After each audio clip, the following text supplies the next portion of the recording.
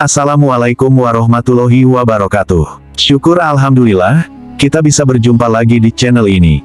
Sholawat dan salam selalu dan tetap tercurahkan kepada junjungan kita, Nabi besar Muhammad sallallahu alaihi wasallam. Allahumma sholli ala Sayyidina Muhammad wa ala ali Sayyidina Muhammad. Harapan dan doa saya, semoga saudaraku semuanya yang sudah subscribe dan menonton video ini, selalu diberikan kesehatan, dilapangkan rezekinya, diampuni dosa-dosanya, dan dipanjangkan umurnya. Amin ya robbal alamin. Sahabat beriman yang dirahmati Allah. Di antara pukul 2 hingga 3 pagi, sejumlah orang terbangun secara konsisten. Apakah ini kebetulan semata, atau adakah hal luar biasa yang menyertainya? Ternyata, kebiasaan ini tidaklah acak. Mereka yang terbangun pada rentang waktu ini, memiliki keistimewaan tertentu yang mengiringi rutinitas mereka. Seringkali, pertanyaan muncul, mengapa kita sering terjaga pada jam-jam ini? Namun, tahukah Anda bahwa terjaganya kita pada jam-jam tersebut mengandung makna mendalam dalam ranah spiritual?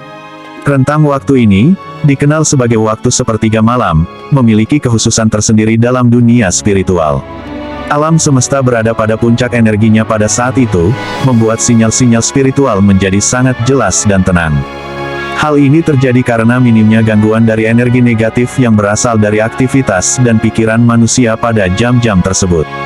Berikut ada beberapa keistimewaan orang yang suka bangun jam 2 hingga jam 3 pagi. Yang pertama adalah, kembali dari perjalanan spiritual. Ketika Anda terjaga di rentang waktu tersebut dan mampu mengingat seluruh peristiwa dalam mimpi baru Anda, kemungkinan Anda baru saja kembali dari suatu perjalanan spiritual. Mimpi-mimpi semacam ini, yang dianggap sebagai perjalanan spiritual, sebaiknya tidak diabaikan begitu saja karena seringkali membawa pesan atau petunjuk yang berasal dari alam semesta. Jam 2 hingga 3 pagi juga menjadi waktu di mana entitas spiritual yang terhubung dengan Anda berusaha menunjukkan eksistensinya. Salah satu cara yang mereka lakukan adalah dengan masuk ke dalam alam bawah sadar Anda melalui mimpi. Entitas tersebut bisa berwujud makhluk halus yang melekat, khodam pendamping, atau korin dari dunia spiritual Anda. Mereka sering membawa Anda dalam perjalanan spiritual, namun ketika gagal menyusup ke dalam alam bawah sadar, Anda mungkin mengalami apa yang dikenal sebagai tindihan atau sleep paralysis.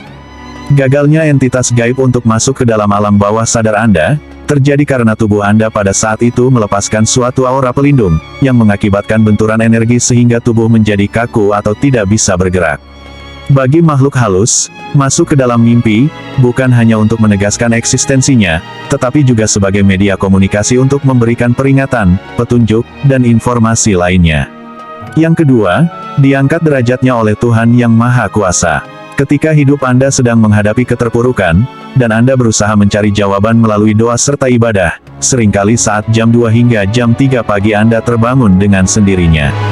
Ini bisa menjadi pertanda, bahwa solusi dari penguasa alam semesta, yaitu Tuhan Yang Maha Kuasa Allah Subhanahu wa Ta'ala, sedang mendekat. Doa yang kerap Anda panjatkan kepada Tuhan sebenarnya, merupakan bentuk pelepasan energi positif ke alam semesta. Saat energi positif ini terkumpul dan menemukan waktu serta vibrasi yang tepat, akan kembali kepada Anda dalam bentuk gelombang energi positif yang memasuki inti spiritual Anda. Terkadang, hal ini sedikit mengganggu frekuensi gelombang fase tidur, sehingga Anda terbangun tanpa sebab yang jelas di rentang waktu tersebut. Energi positif yang masuk ke dalam inti spiritual Anda akan menjadi suatu bisikan nurani. Bersama dengan esensi alam semesta, energi ini akan menunjukkan jalan keluar atau solusi dari permasalahan hidup yang Anda hadapi. Yang ketiga, doa yang mudah dikabulkan. Bagi mereka yang bangun di waktu tersebut lalu melanjutkan dengan ibadah seperti doa tahajud, meditasi, atau ritual keagamaan lainnya, hal ini memiliki pengaruh yang penting. Ketika Anda berkomunikasi dengan Tuhan atau berdoa pada rentang jam 2 hingga jam 3 pagi, sinyal-sinyal doa Anda akan mengalir dengan lancar dan jernih tanpa banyak gangguan seperti pada siang hari. Doa Anda akan menyatu dengan keberadaan murni alam semesta. Dengan kata lain, doa Anda akan lebih cepat diterima dan dikabulkan oleh Tuhan Yang Maha Kuasa. Yang keempat, malaikat pelindung yang aktif pada jam-jam tersebut. Batas yang memisahkan dunia manusia dan dunia spiritual sangatlah tipis, seringkali digunakan oleh entitas gaib untuk menyampaikan pesan ke dunia manusia. Hal serupa juga berlaku bagi para entitas malaikat pelindung yang menggunakan waktu sakral ini untuk berkomunikasi dengan memberikan kode atau pertanda kepada manusia yang mereka lindungi. Malaikat pelindung ini juga mendukung mereka yang melakukan meditasi atau ritual lainnya pada rentang waktu jam 2 hingga jam 3 pagi. Yang kelima, kebangkitan spiritual. Ketika seseorang lebih banyak terjaga dan menggabungkan dengan spiritual tertentu, itu bisa merangsang titik-titik cakra di dalam tubuh untuk terbuka dan aktif, terutama titik cakra dasar. Cakra dasar menjadi fondasi bagi cakra lainnya. Ketika cakra dasar aktif, kita bisa merasakan fenomena yang terjadi di alam semesta dan meningkatkan ketajaman intuisi kita. Kepekaan dan kewaspadaan Anda akan meningkat, sehingga Anda mungkin menyadari jika ada upaya negatif seperti santet atau guna-guna yang mungkin gagal jika ada seseorang yang tetap terjaga di rumah pada saat tersebut. Itulah sebabnya ada larangan untuk tidur di sore hari. Jika Anda ingin mencapai kebangkitan spiritual melalui meditasi di malam hari, penting untuk tidak melewatkan Selasa dan Jumat. Pada kedua hari tersebut, energi yang dipancarkan oleh alam semesta berada pada posisi puncaknya.